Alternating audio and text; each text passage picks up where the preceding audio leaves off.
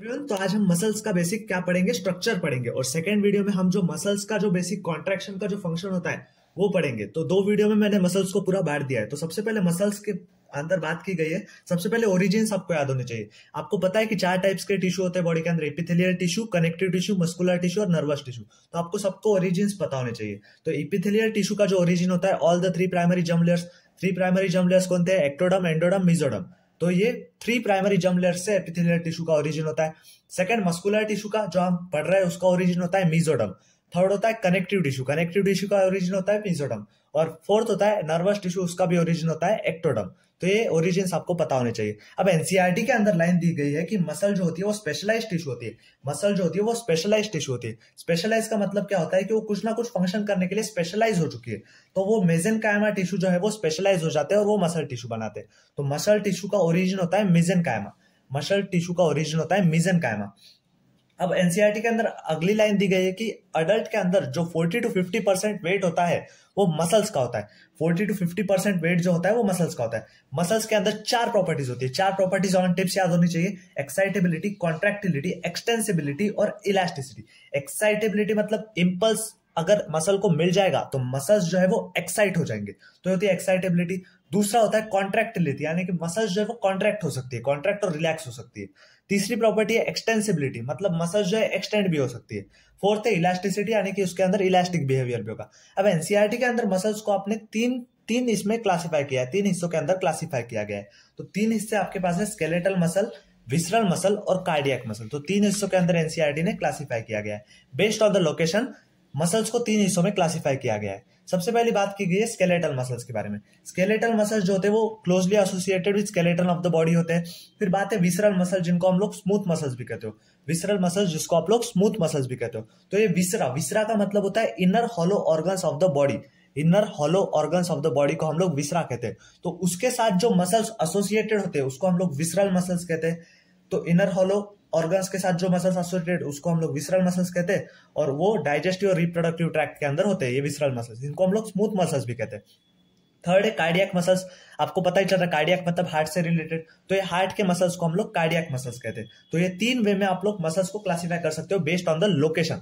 अब आपको skeletal muscle की बात की गई। स्केलेटल मसल आपको ये याद रखना है कि स्केलेटल मसल जो होते हैं स्ट्राइटेड होते हैं। स्ट्राइटेड मतलब इनके अंदर कुछ ना कुछ स्ट्राइप्ड अपीयरेंस होता है। विसरल मसल्स जो होते हैं वो नॉन स्ट्राइटेड होते हैं या फिर स्मूथ होते हैं, नॉन स्ट्राइटेड या फिर स्मूथ होते हैं। और तीसरा होता है कार्डियक मसल्स, जो भी स्ट्राइटेड होते हैं, वो भी स्ट्राइटेड ही होते हैं। तो स्केलेटल मसल स्ट्राइटेड है, यानी कि उनके पास स्ट्राइशंस है, यानी कि कुछ ना कुछ स्ट्राइशंस है। विसरल मसल्स जो कि नॉन स्ट्राइटेड होते हैं, यानी कि स्मूथ होते हैं। तीसरे है कार्डियक, जो भी स्ट्राइटेड होते हैं। फिर स्केलेटल मसल्स आपको पता है, जो स्केलेटन होता है उसके साथ जो मसल्स एसोसिएटेड होते हैं वो वॉलंटरी होते हैं। वॉलंटरी का मतलब क्या है? बॉडी जो है आप कंट्रोल कर सकते हो उनको। अब आप स्केलेटल मसल्स को अपने विलिंगली कंट्रोल कर सकते हो। विसरल मसल्स को आप कंट्रोल कर सकते हो क्या? नहीं कर सकते हो, तो वो इनवॉलंटरी हो जाएंगे। और कार्डियक मसल, इनको भी आप लोग कंट्रोल नहीं कर सकते हो, तो ये भी इनवॉलंटरी होते हैं। तो ये वॉलंटरी के बेसिस पे हमने क्लासिफाई किया। तीसरा आप डायग्राम देख लीजिए कि ये डायग्राम से, ये है स्केलेटल मसल्स, ये है विसरल मसल और ये है कार्डियक मसल। आप देख सकते हो कि ये न्यूक्लिया है, जो मैं ब्लैक ब्लैक कलर के डॉट्स ड्रॉ किए, ये न्यूक्लिया है। स्केलेटल मसल्स के अंदर आपको बहुत सारे न्यूक्लियस दिख रहे हैं, यानी कि ये मल्टी न्यूक्लिएटेड है। मल्टी न्यूक्लिएटेड को आप लोग सिंसिटियम कंडीशन कहते हो या फिर सिनोसाइटिक कंडीशन भी कहते हो। फिर विसरल मसल पे आते हैं। विसरल मसल में आपको एक ही न्यूक्लियस दिख रहा है, तो ये यूनि न्यूक्लिएटेड है। थर्ड आप देखते हैं कार्डियक मसल। कार्डियक मसल के अंदर बात की जाए तो ये होते हैं यूनि न्यूक्लिएटेड, और इनके अंदर आपको स्पेशल ब्रांचिंग पैटर्न मिल रहा है। Branching pattern is the characteristic feature of cardiac muscle. तो इन तीन वे में हमने मसल्स को क्लासिफाई कर दिया: skeletal muscle, visceral muscle, cardiac muscle. अब हमें स्केलेटल मसल का जो स्ट्रक्चर है उसको डिटेल में पढ़ना है, बाकी तो नहीं पढ़ना है। स्केलेटल मसल का जो स्ट्रक्चर है उसको हमें डिटेल में पढ़ना है। तो स्केलेटल मसल के स्ट्रक्चर के अंदर सबसे पहले बात आती है मसल सेल्स की। तो इसके अंदर जो मसल सेल्स होते हैं उन्हीं को हम लोग मसल फाइबर्स बोलते हैं। तो मसल फाइबर्स अगर वर्ड आ जाए तो कंफ्यूज नहीं होना। मसल फाइबर्स और मसल सेल्स ये एक ही चीज है। ये कैसे होते हैं? लॉन्ग सेल्स होते हैं, काफी लंबे लंबे सेल्स होते हैं, ठीक है ना। अब मसल सेल्स, अब आपको पता है सेल के अंदर प्लाज्मा मेम्ब्रेन होती है, तो मसल सेल्स की प्लाज्मा मेम्ब्रेन को हम लोग सार्कोलेमा कहते हैं। मसल सेल्स की प्लाज्मा मेम्ब्रेन को सार्कोलेमा कहते हैं। मसल सेल्स के साइटोप्लाज्म को हम लोग सार्कोप्लाज्म कहते हैं। और मसल सेल्स के एंडोप्लाज्मिक रेटिकुलम को हम लोग सार्कोप्लाज्मिक रेटिकुलम कहते हैं। और यहाँ पर एनसीईआरटी के अंदर एक स्पेशल पॉइंट दिया गया है कि सार्कोप्लाज्मिक रेटिकुलम जो होता है मसल सेल्स का, it is the store house of calcium ions. Important point है, store house of calcium ions जो होता है वो होता है सार्कोप्लाज्मिक रेटिकुलम। और एक पॉइंट छूट गया कि मसल सेल्स का जो माइटोकॉन्ड्रिया होता है उसको हम लोग सार्कोसोम कहते हैं। मसल सेल्स का जो माइटोकॉन्ड्रिया होता है उसको हम लोग सार्कोसोम कहते हैं। अब आ जाओ स्केलेटल मसल के स्ट्रक्चर के ऊपर। सबसे पहले मसल है तो मसल किसको अटैच होगी? बोन को अटैच होगी। तो मसल टू बोन की जो अटैचमेंट होती है वो कौन कराता है? टेंडन कराता है। टेंडन क्या कराता है? मसल टू बोन को अटैच कराता है। और लिगामेंट क्या कराता है? बोन टू बोन को अटैच कराता है। तो ये आपको टेंडन दिख रहा है, यहाँ पर टेंडन है।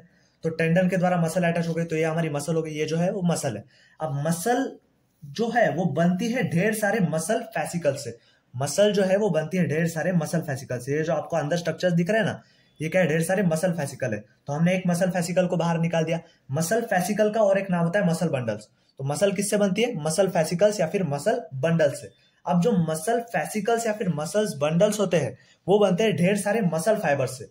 बनते हैं ढेर सारे मसल फाइबर से। आपको मसल फाइबर का मैंने और एक नाम बताया था, मसल सेल। मसल सेल को ही हम लोग मसल फाइबर कहते हैं। तो ये हो गया मसल फाइबर। और मसल फाइबर्स के अंदर बहुत सारे जो आप सेल ऑर्गेनेल्स कह सकते हो मसल फाइबर्स के, वो होते हैं मायोफिलामेंट्स या फिर मायोफाइब्रिल्स। ये होते हैं मायोफिलामेंट्स या फिर मायोफाइब्रिल्स। तो फ्लो समझ में आ गया। मसल बोन को किससे अटैच होती है? टेंडन से अटैच होती है। फिर हम देख रहे हैं मसल किससे बनती है? ढेर सारे मसल फैसिकल्स या फिर मसल बंडल से। फिर मसल बंडल्स की हमने बात की थी, मसल बंडल्स या फिर मसल फैसिकल्स बनते हैं ढेर सारे मसल फाइबर्स या फिर मसल सेल से। और मसल फाइबर या फिर मसल सेल्स के अंदर क्या होते हैं? मायोफाइब्रिल्स या फिर मायोफिलामेंट्स। तो ये बेसिकल फ्लो होता है मसल स्ट्रक्चर ऑफ मसल के अंदर। तो अब यहाँ पर आपको फेशिया की बात की है। फेशिया जो होता है कॉमन कोलेजिनस कनेक्टिव टिश्यू, इसको हम लोग फेशिया कहते हैं। तो अब फेशिया को 3 हिस्सों में बांट दिया जाए, तो इपीमाइसियम, पेरीमाइसियम और एंडोमाइसियम। ध्यान से सुने, इपीमाइसियम जो मसल को सराउंड करता है उस फेशिया को कहते हैं इपीमाइसियम। जो मसल फैसिकल को सराउंड करता है उस फेशिया को हम लोग कहते हैं पेरीमाइसियम। और जो मसल सेल या फिर मसल फाइबर को सराउंड करते हैं उसको हम लोग कहते हैं एंडोमाइसियम। तो ये हमारा basic structure of muscle complete हो गया। तो अब आपने मायोफाइब्रिल्स या फिर मायोफिलामेंट्स की बात की थी। तो मायोफाइब्रिल्स या फिर फिलामेंट्स जो होते हैं वो बाकी कुछ नहीं, वो एक्टिन और मायोसिन होते हैं। एक्टिन और मायोसिन फॉर्म अप मायोफाइब्रिल्स या फिर मायोफिलामेंट्स। अब एक्टिन और मायोसिन की बात की गई है। एक्टिन जो होते हैं, ये जो एक्टिन और मायोसिन है ये मायोफाइब्रिल या फिर मायोफिलामेंट के अंदर अल्टरनेट डार्क और लाइट बैंड बनाते हैं, जिनको हमने क्या कहा था? जिनको हमने स्ट्राइशंस कहा था। अल्टरनेट डार्क और लाइट बैंड को हमने क्या कहा था? स्ट्राइशंस कहा था। तो अब स्केलेटल मसल का स्ट्रक्चर पढ़ रहा है तो वो कैसे होते हैं? स्ट्राइटेड होते हैं, आपको याद होगा। तो एक्टिन और मायोसिन के अल्टरनेट डार्क और लाइट बैंड बनते हैं जिनको हम लोग स्ट्राइशंस कहते हैं। अब एक बात याद रखें कि डार्क बैंड को हम और एक नाम से बुलाते हैं। डार्क बैंड को हम लोग एनआइसोट्रोपिक बैंड भी बुलाते हैं और लाइट बैंड को हम लोग आइसोट्रोपिक बैंड इस नाम से बुलाते हैं। आप कैसे याद रखेंगे? डार्क का सेकंड लेटर देखो ए आ रहा है तो ए से एनआइसोट्रोपिक बैंड, और लाइट का सेकंड वर्ड देखो आई से आइसोट्रोपिक बैंड। इसमें में आपको याद रखना है डार्क और लाइट बैंड को आप लोग एनाइसोट्रोपिक और आइसोट्रोपिक बैंड रिस्पेक्टिवली बुलाते हो। तो अल्टरनेट डार्क और लाइट बैंड बन रहे हैं जिनको हम लोग स्ट्राइशंस कह रहे हैं और ये स्केलेटल मसल का पार्ट है। तो अब आगे आते हैं, एनसीईआरटी की डायग्राम एक बार देख लेते हैं। तो एनसीईआरटी के डायग्राम में सबसे पहले आपको ये बाहर की जो दिख रही है ये मसल है हमारी। ये मसल है। मैंने क्या कहा? मसल किससे बनते हैं? ढेर सारे मसल फैसिकल्स या फिर मसल बंडल से। तो ये जो दिख रहा है आपको, ये अंदर वाले स्ट्रक्चर्स, ये क्या है? मसल फैसिकल्स या फिर मसल बंडल्स। तो मसल फैसिकल्स या फिर मसल बंडल्स किससे बना है? मैंने कहा मसल सेल से बना है। मसल सेल को हम लोग और क्या कहते हो? मसल फाइबर कहते हो। फिर मसल, ये सार्कोलेमा आपको दिख रहे हैं जो मसल सेल को सराउंड कर रही है। फिर आप कुछ ब्लड कैपिलरीज वगैरह देख सकते हो। फिर मैंने क्या कहा था? मसल फाइबर जो होता है या फिर मसल सेल, उसकी जो प्लाज्मा मेम्ब्रेन होती है उसको आप लोग सार्कोलेमा कहते हो। उसको आप लोग सार्कोलेमा कहते हो। फिर मसल फाइबर्स के अंदर हमने कुछ मायोफिलामेंट्स या फिर मायोफाइब्रिल्स देखे थे जो कि डार्क और लाइट बैंड्स, अल्टरनेट डार्क और लाइट बैंड्स बनाते हैं। कौन बनाते हैं? एक्टिन और मायोसिन। तो ये मायोफाइब्रिल्स या फिर मायोफिलामेंट्स थे। तो ये हमारा बेसिक मसल का स्ट्रक्चर यहाँ पर कंप्लीट हो गया। हम एक्टिन और मायोसिन कैसे अरेंज्ड होते हैं उसकी बात करेंगे। तो ये काफी इजी है। स्ट्रक्चर ऑफ सार्कोमियर इसमें आता है, I band, H band, H zone, ये सब आता है इसके अंदर, एम लाइन, जेड लाइन, ये सब आता है। ये सब हम लोग ट्रिक से सॉल्व करेंगे, ठीक है ना। आपके सामने मैं स्ट्रक्चर बनाऊंगा और काफी इजी वे में आप लोग इसको याद रख सकेंगे, ठीक है। तो सबसे पहले आपको ये स्ट्रक्चर को ड्रॉ करते समय 2 एंटीनास ड्रॉ करना है। तो मैं यहाँ पर 2 एंटीनास ड्रॉ करूंगा। तो ये मैंने 2 एंटीनास ड्रॉ करे। अब एंटीनास ऐसे होते हैं एंटीनास।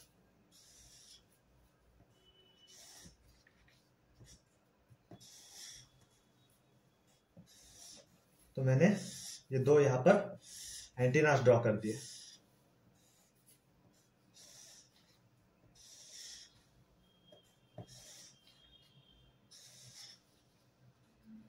तो मैंने 2 एंटीनास यहाँ पर ड्रॉ कर लिए। तो आप देख सकते हो इसके बीच में आपको कुछ प्लेट्स ड्रॉ करने हैं। मैंने प्लेट्स ड्रॉ कर रहा हूँ एंटीनास के बीच में। देख सकते हैं आप। तो ये मैं कुछ प्लेट्स ड्रॉ कर रहा हूं, तो 2 एंटीना ड्रॉ करने, फिर कुछ प्लेट्स ड्रॉ करने। ये मैंने कुछ यहाँ पर प्लेट्स ड्रॉ कर लिए। तो 2 स्टेप्स क्लियर हो गए, 2 एंटीना ड्रॉ करने और कुछ प्लेट्स ड्रॉ करने। इधर भी मैं ड्रॉ कर लेता हूँ, आधे आधे प्लेट्स दर्शा देंगे।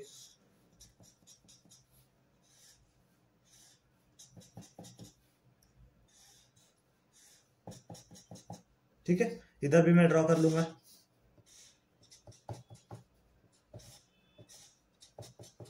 ठीक है, ठीक है। तो हमने 2 एंटीना ड्रॉ करे और कुछ प्लेट्स ड्रॉ किए। अब आपको 3 पॉइंट्स याद रखने हैं, इसके अंदर आपको सिर्फ 3 पॉइंट्स याद रखने हैं। सबसे पहला पॉइंट ये याद रखना है कि ये जो हमने ड्रॉ किए बीच वाले, ये जो आपने बीच में प्लेट्स ड्रॉ किए, इन प्लेट्स को आप लोग कहते हो कि ये होते हैं मायोसिन। ये जो बीच में आपने प्लेट्स ड्रॉ किए इनको हम लोग मायोसिन कहेंगे। और फिर ये जो हमने जो एंटीनास के ऊपर वाले जो ये प्लेट्स थे इनको हम लोग कहते हैं कि ये जो है एक्टिन है। तो 2 प्रोटीन्स हमने पढ़े, एक्टिन और मायोसिन। तो मैंने क्या कहा, जो हमने प्लेट्स ड्रॉ किए थे वो मायोसिन है, और जो हमने ये जो एंटीनास के जो प्लेट्स थे उनको हमने एक्टिन नाम दिया। अब ठीक है, आपको सिर्फ 3 पॉइंट्स याद रखने हैं, मैं आपको बताऊंगा कौन से। और ये जो हमने एंटीनास की जो लाइन ड्रॉ की है इसका नाम आपको याद रखना है कि इसको हम लोग जेड लाइन कहते हैं, इसको हम लोग जेड लाइन कहेंगे। ये भी एक जेड लाइन होगी और ये भी एक जेड लाइन होगी, तो ये जेड लाइन होगी। ठीक है, अब और एक लाइन होती है जो कि पूरे स्ट्रक्चर को बीच में से काटती है, तो इस लाइन को हम लोग कहेंगे एम लाइन। एम लाइन कैसे याद रखेंगे? एम लाइन मधली लाइन, मधली मराठी वर्ड है, मधली लाइन मतलब एम लाइन। ठीक है, एकदम मधली जो लाइन है उसको हम लोग एम लाइन कहते हैं। तो ये हो गए, लाइंस भी हो गए। अब आपको कुछ जोन्स और इसमें आई बैंड ए बैंड ये सब पढ़ना है। ठीक है ना, तो आपको सिर्फ 3 पॉइंट्स याद रखने हैं। पहला पॉइंट होगा ऑल द मायोसिन, ध्यान से सुने, ऑल द मायोसिन, इसको आप लोग ए बैंड कहते हो। क्या कहते हो? ए बैंड कहते हो। ऑल द मायोसिन, मुझे बताओ मायोसिन कौन सा है? ये वाला आपका मायोसिन है, ये वाला आपका मायोसिन है, ये वाला आपका मायोसिन है। तो ये पूरा जो होगा ऑल द मायोसिन को जो स्ट्रक्चर सराउंड करेगा उसको आप लोग क्या कहोगे? इसको आप लोग कहोगे ए बैंड। तो यहां से यहां तक जो स्ट्रक्चर होगा, यहां से यहां तक जो स्ट्रक्चर होगा इसको आप लोग क्या कहोगे? ए बैंड कह दोगे। ऑल द मायोसिन इसको आप लोग क्या कहते हो? ए बैंड कहते हो। All the myosin A band होता है। फिर दूसरी लाइन आपको याद रखनी है, ओनली एक्टिन। ओनली एक्टिन इसको आप लोग आई बैंड कहते हो। अब मुझे बताओ एक्टिन सिर्फ कहां पे दिख रहा है आपको? इतने हिस्से में सिर्फ एक्टिन दिख रहा है, इतने हिस्से में दिख रहा है, तो इतना हिस्सा क्या होगा? I band, I band. ठीक है, तो 2 बैंड्स क्लियर हो गए। पहला पॉइंट आपको याद रखना है ऑल द मायोसिन जिसको आप लोग ए बैंड कहते हो, और दूसरा हिस्सा आपको याद रखना है ओनली एक्टिन जिसको आप लोग आई बैंड कहते हो। देखो all the myosin A band हो रहा है, ये हिस्सा ए बैंड का हो रहा है, और दूसरा हो रहा है ओनली एक्टिन। तो यहाँ पर ओनली एक्टिन है, तो ये ओनली एक्टिन है, तो ये आई बैंड होता है। तो अल्टरनेट, ये देखो आई बैंड ए बैंड, फिर से आई बैंड, फिर से ए बैंड, ऐसे स्ट्रक्चर चलता जाता है। ठीक है, तो पहला पॉइंट आपने याद रखा all the myosin A band, फिर दूसरा आपने याद रखा ओनली एक्टिन जिसको आप लोग आई बैंड कहते हो। अब तीसरा आपको याद रखना है ओनली मायोसिन। ओनली मायोसिन इसको आप लोग एच जोन कहते हो। तो ओनली मायोसिन कहां पे दिख रहा है? मुझे यहां पर दिख रहा है ओनली मायोसिन। ओनली मायोसिन इसको आप लोग क्या कहेंगे? एच जोन कहेंगे। तो ये जो जोन होता है इसको आप लोग एच जोन कहते हो, एच जोन। तो 3 पॉइंट्स याद रखे आपने कि all the myosin I band, only actin, sorry all the myosin A band, only actin I band, only myosin H zone. तो ये 3 पॉइंट्स आपको याद रखने हैं। ठीक है ना, तो इससे आपका पूरा स्ट्रक्चर ड्रॉ हो जाएगा। तो इस वे में हम लोग सार्कोमियर, अब सार्कोमियर एक डेफिनेशन आती है, सार्कोमियर। सार्कोमियर, सार्कोमियर पूछा जाए तो ये क्या होता है? Functional unit of contraction. Sarcomere is nothing but functional unit of contraction. तो सार्कोमियर जो होता है, तो इसको आपको याद रखना है, it is the functional unit of contraction. और ये क्या होता है? डिस्टेंस बिटवीन जेड लाइन्स, इसको आप लोग सार्कोमियर्स कहते हो। ये देखो आप, इसका सार्कोमियर बताओ, ये एक जेड लाइन है, ये एक जेड लाइन है, तो इनके बीच का जो डिस्टेंस होगा इसको आप लोग क्या कहोगे?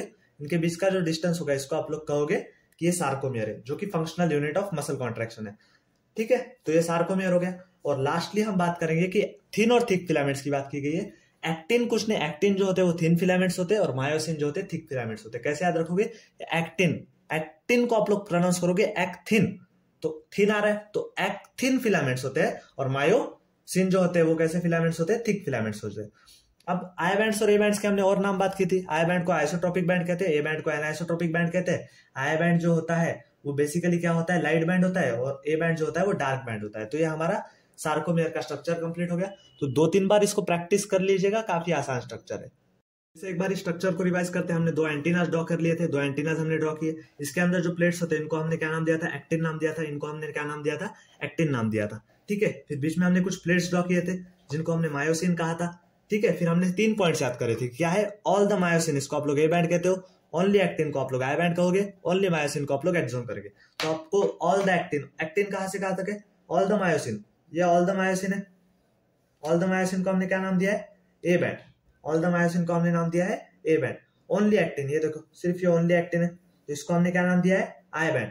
फिर आपने क्या कहा था, ओनली मायोसिन, ओनली मायोसिन मतलब सिर्फ इतना कंपार्टमेंट, इतना कंपार्टमेंट, इसको आपने क्या नाम दिया था, एच जोन नाम दिया था। ठीक है, एच जोन। आपने फिर जेड लाइंस देखे थे, ये 2 जेड लाइंस थे, बीच में से एक लाइन पास हो रही थी जिसको आपने एम लाइन कहा था, मदली लाइन, एम लाइन। फिर हमने बात की थी sarcomere, distance between 2 Z lines is called as sarcomere, जो कि होता है फंक्शनल यूनिट ऑफ कॉन्ट्रैक्शन। फिर थिन फिलामेंट्स कौन होते हैं, actin are thin filaments and myosin are the thick filaments. तो थिन है और मायोसिन जो होता है वो थिक फिलामेंट्स होते हैं। तो इसमें हमने स्ट्रक्चर ऑफ सार्कोमेयर वगैरह भी कंप्लीट कर दिया है। तो नेक्स्ट वीडियो में हम लोग मसल कॉन्ट्रैक्शन के साथ आएंगे, काफी इजी टॉपिक है, इससे भी छोटा वीडियो होगा वो। तो थैंक यू वेरी मच।